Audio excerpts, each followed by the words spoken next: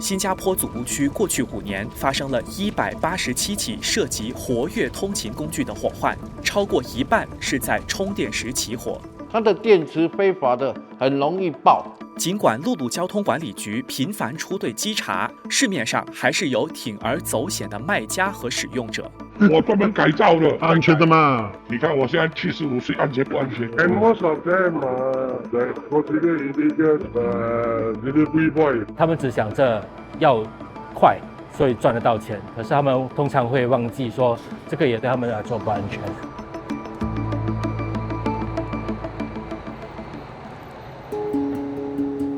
今年1至8月，路交局通过突击行动，充公超过600辆不合规的活跃通勤工具，揭发了30起售卖不合规工具的相关行为，7名涉案的商家被拘捕。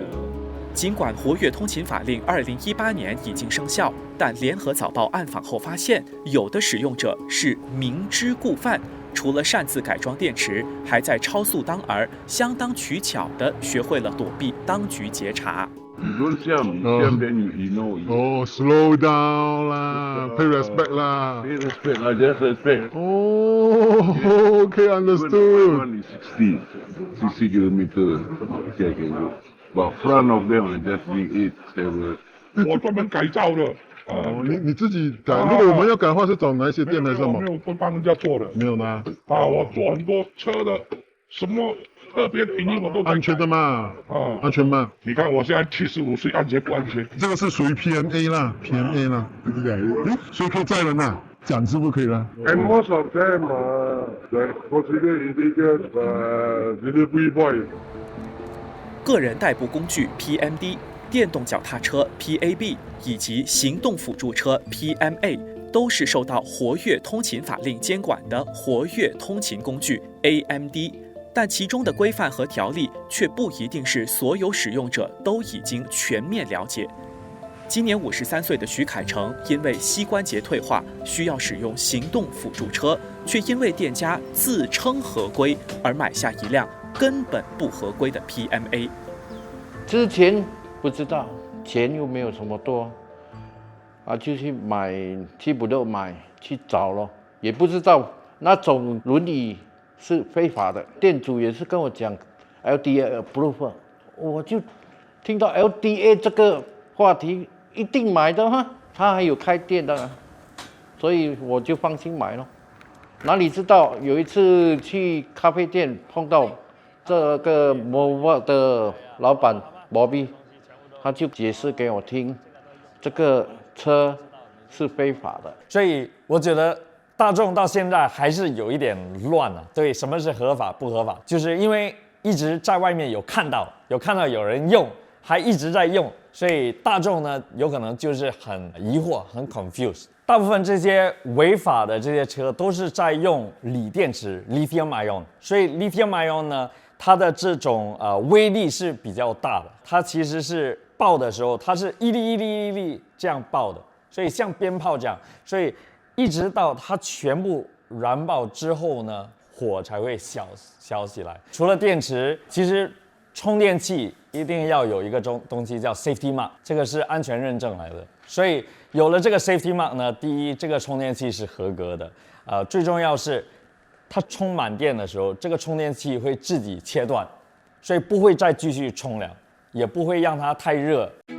根据路交局规定，个人代步工具和电动脚踏车重量不得超过20公斤，宽度顶线是70公分，时速限制为每小时25公里。而从2026年第1季开始，行动辅助车的使用者必须持有医疗证明，车速不能超过每小时6公里，也会新增一系列规格标准。这个你看到有2个座位的话，你就知道这个不是设计给1个人的，是设计给2个人的，它就不是一个合规的 PMA 了。然后第二呢，其实这个规格是超规的，不可以上 MRT 跟巴士的。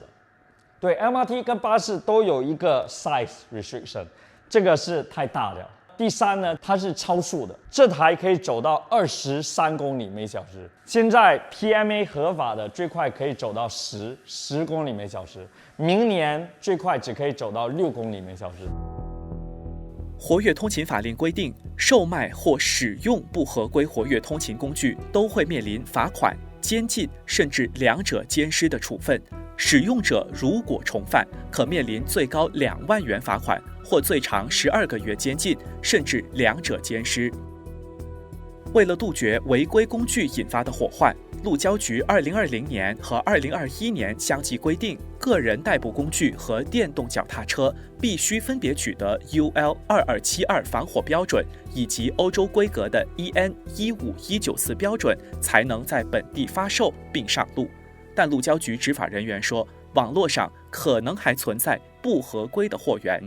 现在店面通常卖的都是合法的，平均我们去那些店，跟他们讲解了解的时候呢，他们摆出来的那些 device 都是合法的。问题现在是很多人上网买，从 Carousel 啦，还是别的官方网站，他们去 purchase 啦，所以那些呢，他们就不懂是不合法的。出来执法的时候呢，不单单只是想着要抓那些不合法的代步工具，最重要有2个主要的目的。第一，除了执法之外呢，第二，我们也是要教育民众，让他们知道说有什么种代步工具是算合法的，什么种是算不合法的，所以他们不会被骗。最大的挑战，我觉得应该就是跟人家解释，让他们知道说为什么他们不应该用不合法的代步工具。很多人他们就因为这是他们的饭碗，我们也了解，可是他们只想着要快，所以赚得到钱。可是他们通常会忘记说，这个也对他们来说不安全。